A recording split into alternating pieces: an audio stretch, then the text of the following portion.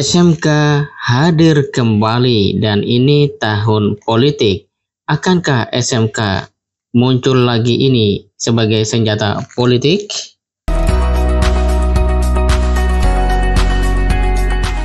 Assalamualaikum warahmatullahi wabarakatuh. Berita terbaru menyebutkan bahwa SMK muncul lagi dan rencananya hadir dalam pameran Indonesia International Motor Show 2023. Keputusan itu memicu sejumlah pertanyaan.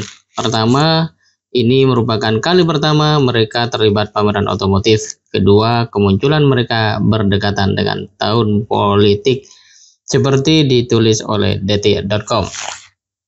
Nah, sahabat sekalian, SMK pernah hilang ya, terutama selepas Jokowi jadi presiden alias pada masa pandemi yang terjadi beberapa tahun lalu.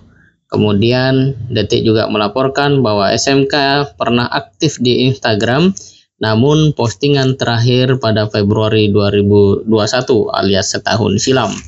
Dan nomor telepon yang ada di biodata profil Instagram itu juga tidak aktif. Wah, luar biasa ya. Dari tidak aktif dan sekarang langsung mau ikut sebuah pameran besar. Lalu mengapa tiba-tiba mau hadir dalam forum pameran sebesar itu? Akankah itu murni sebuah upaya bisnis, ataukah SMK kembali jadi tanda kutip tunggangan atau tanda kutip senjata politik? Kita tidak pernah tahu. Yang jelas tadi Detik sudah menuliskan dua jenis pertanyaan ya, mengapa SMK baru pertama ini hadir dalam pameran otomotif, kemana sebelumnya, begitu maksudnya. Dan yang kedua, mengapa menjelang tahun politik SMK kembali hadir.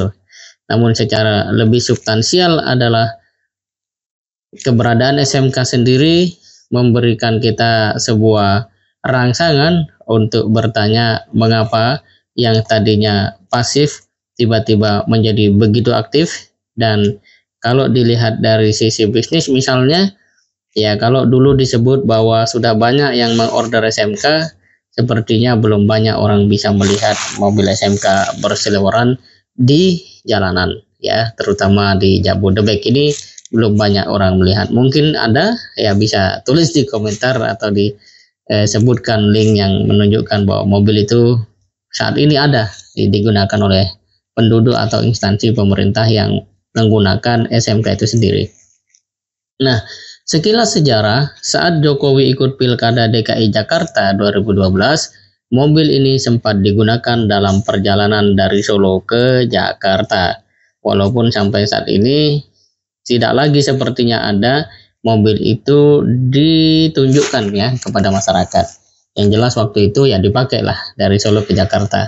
Intinya mobil itu bagus, kuat, aman dan nyaman serta bisa bersaing, begitu mungkin maksudnya.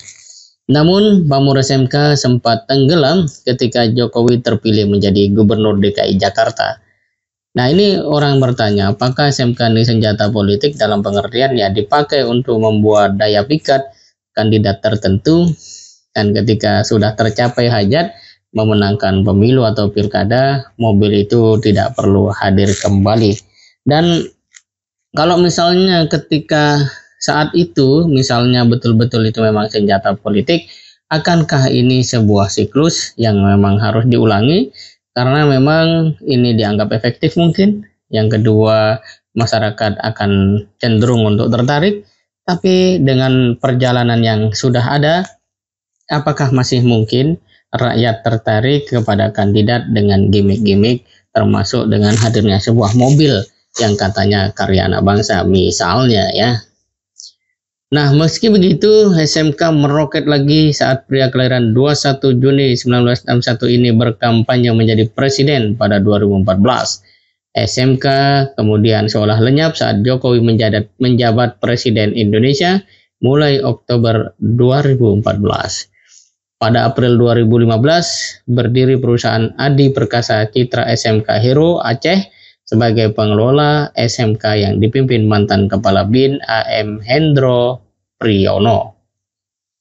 Sejatinya semua anak bangsa akan senang jika SMK ini benar-benar eksis, hadir, survive, dan menjadi unggulan produk dalam negeri karya anak bangsa. Mengingat ya pasar otomotif Indonesia sekarang juga mulai digempur oleh produk-produk dari China. Dan kalau kemudian SMK itu ada, tentu bisa menjadi alternatif bagi rakyat Indonesia yang pada saat yang sama juga bisa dijadikan sebagai sebuah ya media pemerintah untuk membangkitkan nasionalisme rakyat dengan membeli produk-produk dalam negeri. Namun sayangnya itu belum terjadi.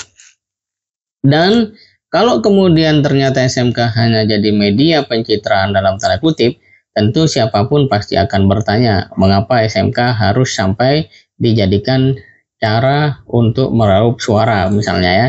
Padahal kalau mau pemerintah bisa prioritaskan SMK bisa eksis, survive, tapi sayang sepertinya SMK belum seseksi IKN.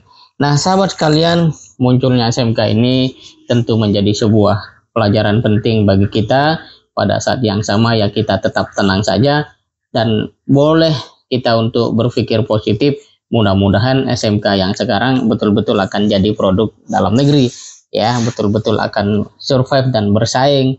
Tetapi kalau kemudian ini hanya sebagai sebuah hal yang tidak ditujukan sebagaimana mestinya, ya saya kira nama SMK ini akan terus timbul tenggelam ya, timbul diperbincangkan, tenggelam dilupakan. Ya begitulah sesuatu yang memang tidak diniatkan untuk sebuah pembangunan yang betul-betul menjadi kebanggaan bangsa Indonesia. Semoga bermanfaat. Assalamualaikum warahmatullahi wabarakatuh.